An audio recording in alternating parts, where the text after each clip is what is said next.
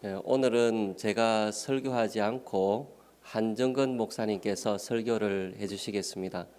제가 지난 엊그제 목요일부터 감기가 걸렸는데 너무 심하게 걸렸어요. 그래서 도저히 설교를 할 수 없을 것 같아서 금요일 날 아침에 이제 목사님께 전화를 드렸더니 목사님께서 흔쾌히 설교를 해주시겠다고 말씀해 주셔서 제가 얼마나 그때 안심했는지 모릅니다. 그래서 이번 감기는 너무 독한 감기라는 생각이 듭니다. 오늘 한 목사님께서 말씀 전해 주실 텐데 역시나 아주 복음의 핵심을 여러 가지로 잘 말씀해 주시기 때문에 우리 모두에게 매우 유익한 시간이 될 줄로 믿습니다. 그래서 함께 주님의 말씀을 묵상하면서 같이 은혜를 나누는 시간이 되었으면 좋겠습니다. 우리 한 목사님 나오셔서 말씀 전해 주시겠습니다.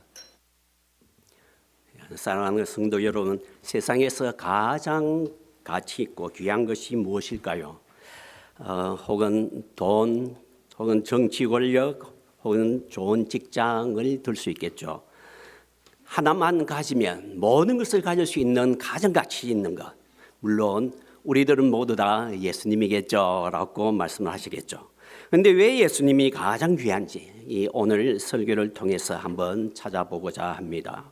오늘 본문은 예수님이 죽으시기 바로 전날 밤에 제자들과 최후의 만찬을 가지는 장면입니다. 먼저 26절에 보면 예수님을 떡을 떼어 제자들에게 나누어 주시고, 또 27절에는 포도주가 든 잔을 주시면서 이것을 마시라 하고, 그리고 28절은 이것은 죄의 사함을 얻게 하려고 많은 사람을 위하여 흘리는 바 나의 피 곧 언약의 피니라고 했습니다.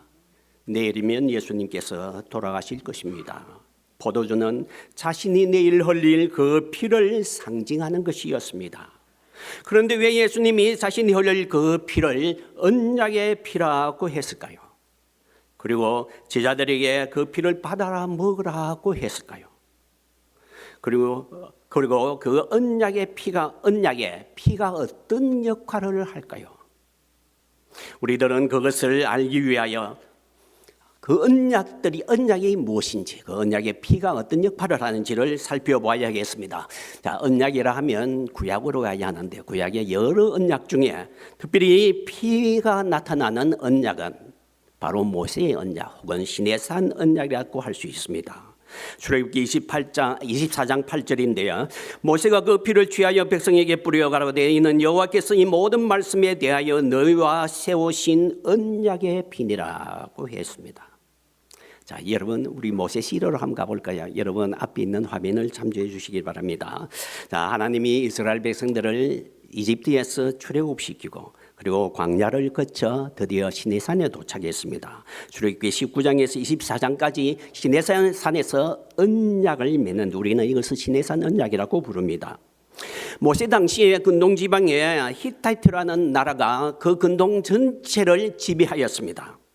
그런데 히타이트 나라가 다른 나라를 정복하고 난 뒤에 그 작은 나라 왕과 그 백성을 더 불러서 언약을 자주 맺었습니다. 그런데 그 언약을 통하여 큰 왕은, 히타이트 왕은 대왕으로 군림하고, 그리고 작은 나라를 자기 나라 그리고 자기 백성으로 영입하는 의식을 이 언약을 통하여 했습니다. 그래서 언약은 나라 만들기라고 간단히 규정할 수 있습니다. 이와 유사하게 하나님께서도 이스라엘 백성과 언약을 맺는데 하나님과 맺으신 언약도 나라 만들기다라고 이야기를 할 수 있습니다.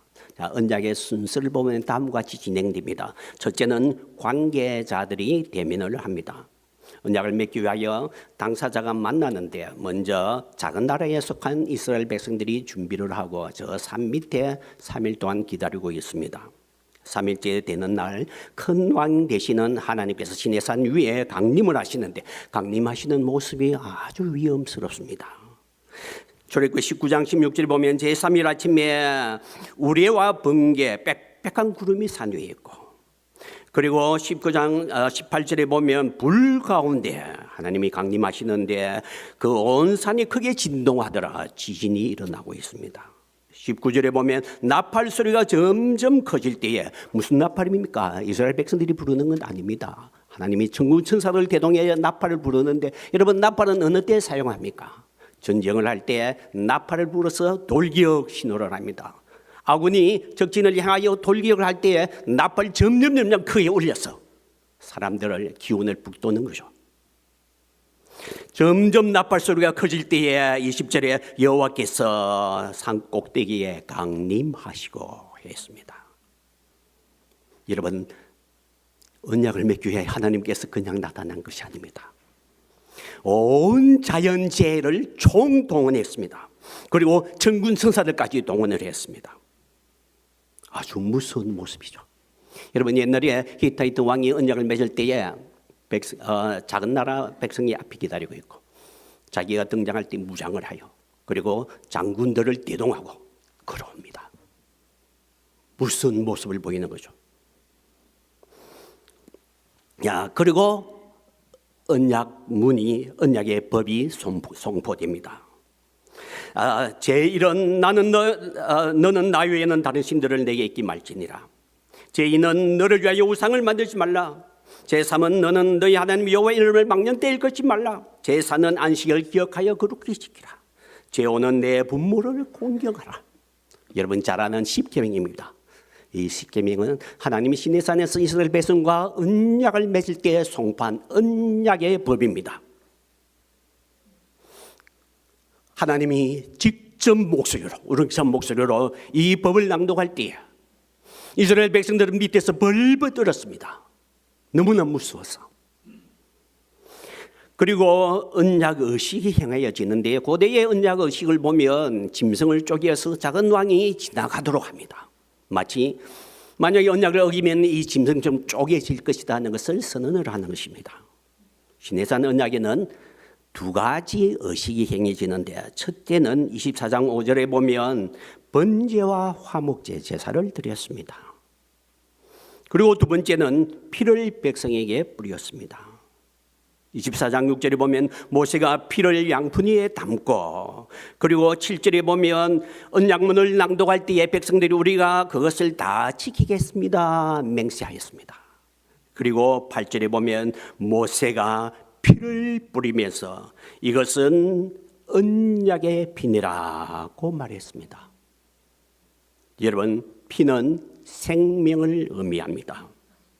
피를 뿌렸다는 것은 만약에 언약이 파괴될 때에 너는 생명을 내어놓아야 한다는 의미입니다. 여러분, 하나님이 무섭지 않습니까? 중무장하여 등장했습니다. 자신이 직접 선포한 그 법을 이스라엘 백성들이 만약에 어긴다면 하나님은 그 무슨 모습으로 이스라엘 백성들을 향하여 돌진할 것입니다. 그리고 그들의 생명을 취할 것입니다. 그런데 여러분, 과연 이스라엘 백성들이 그 법을 다 지킬 수 있었을까요? 오늘 우리도 그 언약의 법들을 다 지킬 수 있습니까? 여러분, 이스라엘 백성들은 32장에 가면 시내산에 벗어나기도 전에 금송아지 우상을 만들고 그 밑에서 희생 제사를 드리고 노래하고 춤추고 예배드려요. 송아지에게 예배했습니다. 여러분, 제1계명과 2계명을 어긴 것입니다. 그래서 언약은 파괴되었습니다. 여러분, 이렇게 쉽게 언약이 파괴될 줄도 모르고 하나님께서는 어리석게도 이스라엘 백성과 언약을 맺었을까요? 여러분, 하나님이 모르시지 않았겠죠. 이스라엘 백성들이 얼마나 완악하고 얼마나 쉽게 언약을 파괴할 줄 미리 아셨겠죠. 그런데도 어떻게 그렇게 위험천만한 언약을 맺었겠습니까? 하나님은 미리 장치를 해놓은 것이 있습니다. 그들이 언약을 파괴할 줄 아시고 미리 준비해 두신 것이 있는 것입니다. 자, 하나님께서 무엇을 준비했겠습니까? 여러분, 백성에게 뿌린 그 피가 무슨 피인지를 알아야 합니다. 바로 제물의 피였습니다. 하나님은 언약을 맺으면서 24장 5절에 제사를 드리게 하고 그리고 모세가 그 제물의 피를 양푼 위에 담아 반은 제단에 뿌리고 반은 이스라엘 백성들에게 뿌린 것입니다. 여러분, 그 제물의 피를 제단에 뿌렸다 하는 것은 무슨 의미입니까? 제단을 정결케 하여 그 제물이 하나님에게 받아들이기에 부족함이 없게 만드는 것입니다. 여러분, 제단을 정결케 한 피였다며 꼭 같은 피를 반을 이스라엘 백성들에게 뿌렸으면 이스라엘 백성도 정결케 되었다는 것입니다. 여러분, 옛날 구약의 제사를 희생제사, 제물을 희생제물이라고 불렀습니다. 왜냐하면 자신이 아닌 남을 위해, 즉 백성의 죄를 위해 자신이 대신 죽는 것입니다. 희생당하는 것입니다. 그리고 뿌려진 피는 너 대신 누가 죽었다는 증거인 것입니다. 하나님은 이스라엘 백성들이 쉽게 언약을 파괴할 줄 아시고 미리 이 제사를 드리도록 하고, 그리고 그 희생 제물에 그 피를 뿌리게 해서 그들을 미리 정결케 해 주신 것입니다. 그로써 그 피가 뿌려짐으로 해서 그들의 죄가 사하고 깨끗함을 받는 것입니다. 그 피는 바로 대속의 피였던 것입니다. 여러분, 이렇게 대속의 피가 뿌려졌기 때문에 그들은 이제 깨끗한 사람이 되었고, 그래서 거룩한 하나님의 백성으로 영입될 수 있는 것입니다. 자, 이렇게 깨끗한 하나님의 백성이 된 그들을 향하여 이제 다음 순서로 넘어갑니다. 다음에는 무슨 순서일까요? 바로 식사를 나누는 순서입니다. 고대의 언약에도 보면 언약을 맺을 때는 굉장히 큰 왕이 눈을 부릅뜨고 위엄 있게 그렇게 언약을 맺습니다. 밑에서는 벌벌 떨죠. 그런데 피가 뿌려지고 혹은 짐승 사이에 다 지나가고 난 뒤에는, 언약이 체결되고 난 뒤에는 큰 왕이 웃으면서 밑에 내려와서 작은 왕을 어깨를 두드리면서, 자, 이제 내가 남이가, 자, 함께 식사를 하자. 그래서 자기의 처소에, 큰 왕의 처소에 그 작은 나라 백성들을 불러서 식사에 초대를 하는 것입니다. 하나님도 이제 언약이 체결되었고 그들은 깨끗한 하나님의 백성이 되었기 때문에 하나님은 그들을 자기의 처소, 임재의 장소에 불러 올립니다. 시내산 위, 하나님의 임재의 장소였습니다.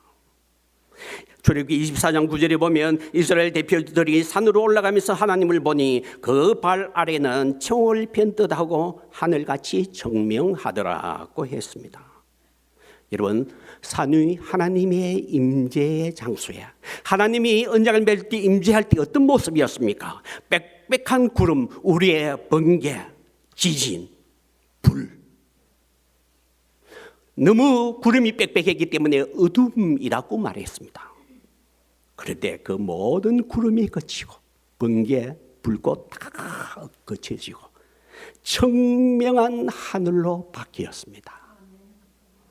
그리고 전에는 너는 절대로 이 산으로 올라오지 말아야 했는데 이제는 올라오라 했습니다. 그리고 24장 11절에 보면 그들은 하나님을 보고 먹고 마셨더라라고 했습니다. 하나님이 식사를 대접하고 그들이 하나님을 보면서, 바로 쳐다보면서 식사를 나누는 것입니다. 하나님도 이제 미래에 자기의 아들의 피가 뿌려질, 그래서 대속함을 받을 깨끗해질 그 백성들을 자기의 처소에 불러서 그들이 너무 좋았어, 사랑스럽게 맞이하였어. 그들이 먹는 모습을 하나님도 쳐다보는 것입니다. 서로 쳐다보면서 음식을 나누는 장면입니다. 여러분, 요 시내산 언약이 그대로 성막으로 옮겨가서 성막 예배가 됩니다. 그리고 나중에 성전이 세워지고 난 뒤에 성전 예배가 됩니다. 그래서 성막 혹은 성전 예배는 언약갱신의 예배가 된다, 예배다라고 할 수 있습니다. 언약을 재현하는 것입니다. 그런 언약의 핵심 요소는 제사 드리는 거죠. 율법이 선포되고 그리고 제사가 드려지고 제물에 피가 뿌려지는 것이었죠. 그런데 구약 시대에는 계속해서 그렇게 언약갱신, 이 율법 송포 그리고 제사 제물이 바쳐지는 그런 예배가 드려졌는데, 그런데 신약에는 더 이상 드려지지 않죠. 왜냐하면 구약은 그림자이고 신약은 실체입니다. 예수님께서 구약의 그 모든 것을 이루셨기 때문에 더 이상 드려지실 필요가 없는 것입니다.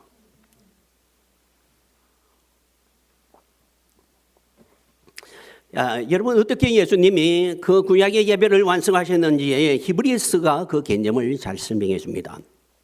히브리서 9장 11절에 보면 예수 그리스도께서 대제사장으로 오사 12절에 염소와 송아지 피로 아니하고 오직 자기 피로 영원한 속죄를 이루사. 그리고 13절 14절에 보면 구약에는 염소와 황소의 피가 사람의 죄를 정결케 했거든 하물며 그리스도의 피가 너희를 깨끗게 할 수 없느냐. 그리고 15절로 넘어갑니다. 이를 인하여, 즉 그의 피 흘림을 인하여 그는 예수님은 새 언약의 중보니 이는 첫 언약 즉 시내산 언약 때에 범한 죄를 속하려고 죽어사. 여러분, 예수님은 언약의 중보자로 죽었다 했습니다. 왜 죽어야 합니까? 백성들이 언약을 범하였기 때문에. 그래서 그가 죽음으로써 그들의 죄가 속하고 언약이 완성되었다는 것입니다. 그런데 바로 중요한 구절, 그 다음 구절입니다. 15절, 16절입니다.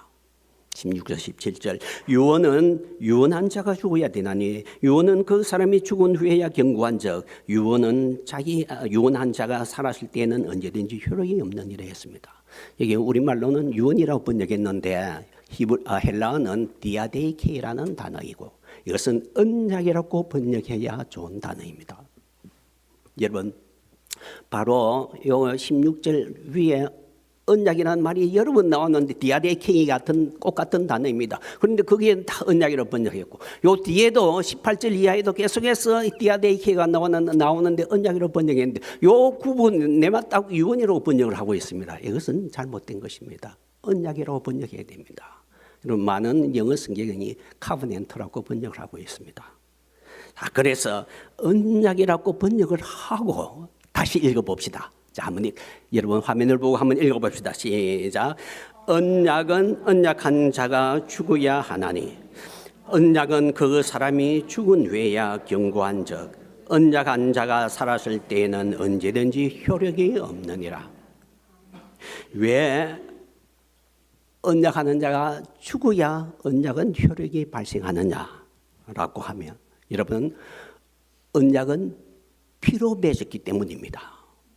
자, 피로 맺었다는 것은 언약을 어기면 피를 바치겠다, 즉 말하자면 죽겠다는 의미입니다. 그런데 이스라엘 백성들은 언약을 바로 어겼죠. 언약을 어겼는데도 누가 죽는 사람이 없으면 그 언약은 무용지물이 되는 거죠. 아무 쓸모 없는 거죠. 폐기돼야 되는 거죠. 그런데 언약 파기자가 그 언약의 책임을 지고 죽는다면 그러면 언약은 살아있구나. 언약은 효력을 발생하게 되는 것입니다. 그런데 여러분 보십시오. 언약을 어긴 자는 이스라엘 백성이고 또 더 나아가서는 우리들입니다. 그런데 하나님은 우리들을 죽이지 아니하시고 만약에 우리들이 언약을 책임을 지고 죽어야 되는 것 같으면 하나님이 그 무서운 모습으로 우리들에게 돌진을 해올 것입니다. 얼마나 무섭습니까? 그런데 하나님은 우리들을 그렇게 처형하지 아니하시고 자기의 사랑하는 아들을 보내서 우리의 대표자로 내시어서 그를 죽게 하게 했습니다. 이제는 언약의 책임을 지고 죽었습니다. 그러므로 언약은 유효한 것이 된 것입니다. 자, 언약이 유효하면 어떻게 됩니까? 하나님은 자기의 백성을 그들을 자기 백성으로 다시 삼는 것입니다. 언약은 나라 만들게 되었습니다. 백성으로 영입하는 것이 되었습니다. 그런데 여러분, 히브리서는 요약적으로 이것을 설명했는데 그러면 실제로 예수님이 어떻게 그 언약을 성취하시는지 더 구체적인 설명이 필요합니다.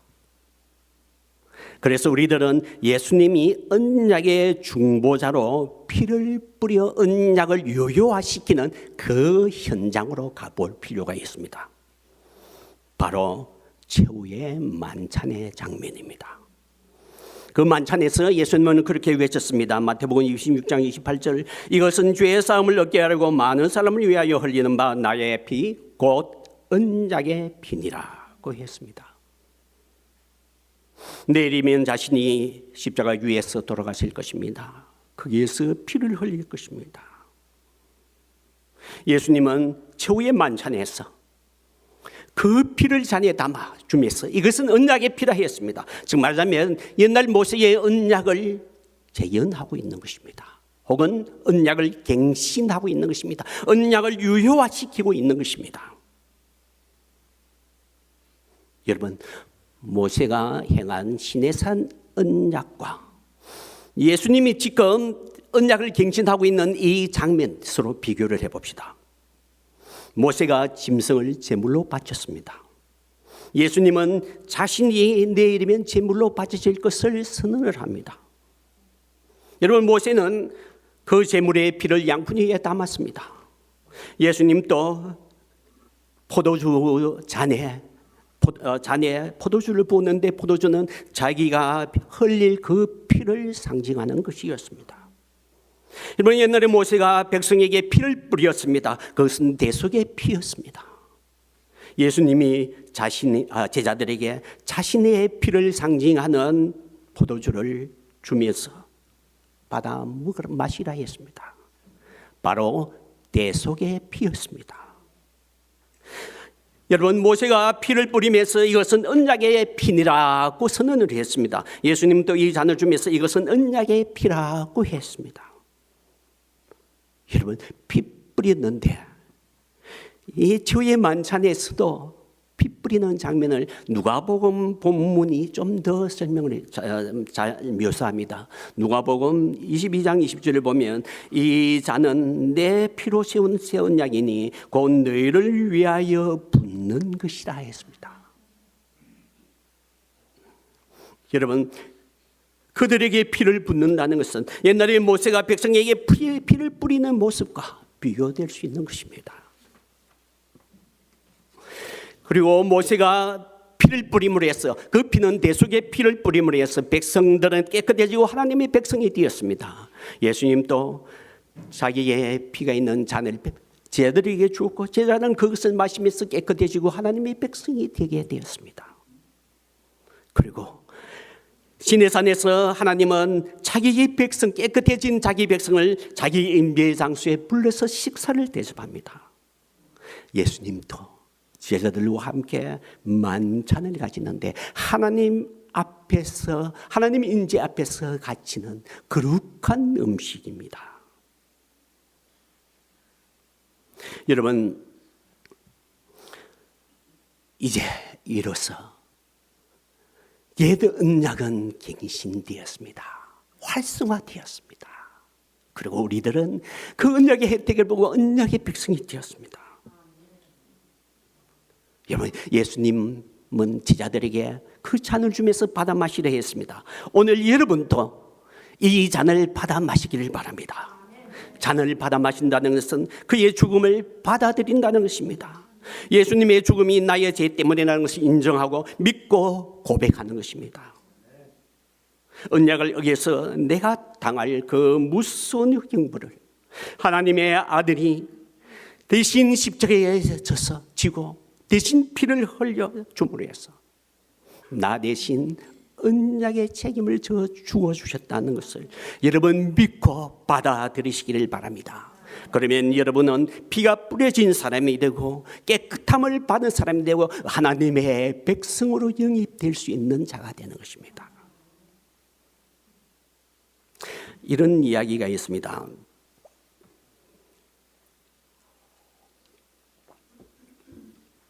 뉴욕에 한 부자가 있었습니다. 그 부자가 그림을 굉장히 좋아했습니다. 그래서 피카소, 라파엘, 벤고, 렘브란트 같은 유명한 화가들의 그림들을 많이 수집했습니다. 그에게 아들이 하나 있었는데 아들과 그림에 대하여 이야기하는 것을 참 즐거워했습니다. 그 아들이 장성하여 군대에 갔고 그리고 월남전에 참전했는데 얼마 뒤 아들이 전사했다는 소식을 들었습니다. 이 아버지는 너무 낙심하고 있었습니다. 얼마 뒤 한 몇 명의 청년들이 찾아왔습니다. 그리고 그들이 말했습니다. 당신의 아들은 우리들을 살리기 위해 대신 그 폭탄에 엎드려져 죽었습니다. 그래서 우리들이 당신 아들 때문에 살았습니다. 근데 당신의 아들과 그 아들의 아버지인 당신을 위해서 무엇을 해줘야 될까 생각하다가 평소에 그 아들이 그림을 너무 좋아하고 아버지도 그림을 너무 좋아한다는 이야기를 들었기 때문에 우리가 솜씨는 없지만 아들의 그림 초상화를 그려왔습니다. 이것을 받아주십시오 했습니다. 아버지가 그 초상화를 보니 아들의 그 성격 특징을 너무 잘 나타내고 있습니다. 그래서 모든 그림 가운데에 그 그림을 걸어놓고 오는 사람들에게 전부 다 자기 아들을 소개했습니다. 어떻게 죽었는지를 이야기하고 얼마나 귀한 아들인지를 사랑했습니다. 이 아버지도 죽었습니다. 그리고 온 세계에 그 부자가 소장한 그림들이 경배된다는 그런 광고가 났습니다. 많은 부자들이 모였습니다. 드디어 중개자가 경매를 시작합니다. 맨 처음 그림을 꺼내 놓았습니다. 자, 그 부자의 그 아들의 초상화입니다. 이것부터 시작합시다. 자, 한 200불 아무도 없습니다. 150불, 100불, 80불 여기저기서 웅성거립니다. 아니 다른 그림을 내놓으십시오. 그러나 중개자는 계속 내려갑니다. 50불, 30불, 20불 하자. 저 뒤에서 저요 손을 드는 사람이 있습니다. 그 집 하인이었습니다. 이 하인은 어릴 때부터 이 아들과 뒹굴며 같이 지냈던 친구였습니다. 아들이 죽은 그 죽음을 너무 슬퍼했습니다. 그리고 그 초상화를 너무 가지고 싶었습니다. 근데 돈은 20불밖에 없기 때문에 20불 하자 말자 크게 외쳤습니다. 저요. 그리고 중개자는 그 초상화를 그 하인에게 주고 이제 가방을 사고 있습니다. 다른 사람들이 이제 본격적으로 그림들을 내어놓아야죠 했습니다. 그때에 이 중개자 그렇게 말했습니다. 이 주인의 유언은 자기의 아들 초상화를 가지는 사람에게 이 모든 것을 모든 그림을 다 주라는 것이었습니다. 이제 이 모든 그림은 이 사람의 것입니다 했습니다. 여러분 이 부자 아버지를 보시길 바랍니다. 그리고 그리고 외칩니다. 여기 내 아들이다. 내 아들이다. 누가 나의 아들을 알아주는 사람이 없느냐? 나의 아들의 가치를 알아주는 사람이 없느냐? 내 아들을 가지는 자에게 나의 모든 것을 주겠노라고 외칩니다. 여러분 2000년 전에 하나님은 자기의 아들을 희생시켜 내어놓으셨습니다. 그리고 사람들에게 외칩니다. 이 아들을 보라. 나의 아들이다. 나의 아들이다. 누구 원하는 사람은 없느냐? 이 아들을 가진 사람은 모든 것을 다 주겠노라. 여러분 이 아들을 보시기 바랍니다. 최후의 만찬에서 그 아들이 손에 잔을 들었습니다. 자기가 흘릴 그 피가 담겨있는 잔입니다. 바로 언약의 피입니다. 우리들을 사랑하시되 끝까지 사랑하셔서 자기 목숨까지 아끼지 않고 내어놓으시고 피를 흘리신 그 사랑이 담겨져 있는 잔입니다. 여러분 이 장면이 아름답지 않습니까? 여러분 신의 산 위에서 하나님은 자기의 임재의 자리에 식사를 준비해 놓고 이 미래에 자기 아들의 피가 뿌려진 자기 백성들을 불러들여 그들이 음식을 먹게 했습니다. 그들을 사랑스럽게 쳐다보고 있는 아버지입니다. 여러분 최후의 만찬석에서도 이 아들이 너무 자랑스럽지 않습니까? 그리고 그 아들의 피를 받아 마시는 그 제자들도 너무 아름답지 않습니까? 하나님은 이 장면을 쳐다보고 계시는 것입니다. 여러분 이런 성가가 있습니다. 나를 위해 죽으신 그 사랑, 감당할 수 없는 그 사랑, 그 사랑이 내 마음에 파도처럼 밀려오냐. 여러분, 십자가를 지고 골고다 길로 가고 있는 그 아들의 모습을 보시길 바랍니다. 이 예수님의 십자가의 사랑이 여러분 가슴에 벅차게 파도처럼 밀려오는 것을 느끼시기를 바랍니다. 그가 어찌 나를 그렇게 사랑하였어 나를 대신하여 죽으셨는가. 여러분, 그를 받아들이시기를 바랍니다. 주의 만찬의 장면을 다시 한번 봅시다. 주님은 자신의 피를 들고 여러분에게 내 피의 잔을 받으라 하십니다. 여러분, 예, 제가 받겠습니다. 제가 믿습니다. 받아들이겠습니다. 고백하시기를 바랍니다. 피를 주고 받는 이 장면 아름답지 않습니까? 그런데 그걸 누가 보고 있습니까? 하나님이 보고 계십니다.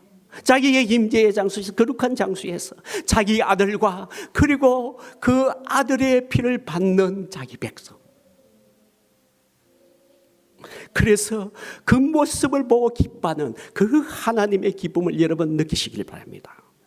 그리고 여러분이 그 기뻐하시는 하나님을 쳐다보면서 함께 식사를 나누는 하나님의 백성이 된 것을 기뻐하는 여러분이 되시기 바랍니다. 여기에 동참을 하는 우리 모두가 되기를 바랍니다. 기도하겠습니다. 하나님 아버지, 오늘도 나를 어떻게 해서 그렇게 사랑하여서 자기 아들을 보내어서 그 희생을 당하게 하였습니까? 주님이 이 잔을 받으라고 했는데 하나님이여 그것을 제가 받겠습니다. 믿습니다. 나를 위해서 흘리신 피입니다. 나를 위해서 그 흘리신 사랑의 피, 그것을 내가 받아들입니다. 감사합니다. 하나님께서 나의 그 모습을 보고 기뻐하시는 그 하나님을 쳐다봅니다.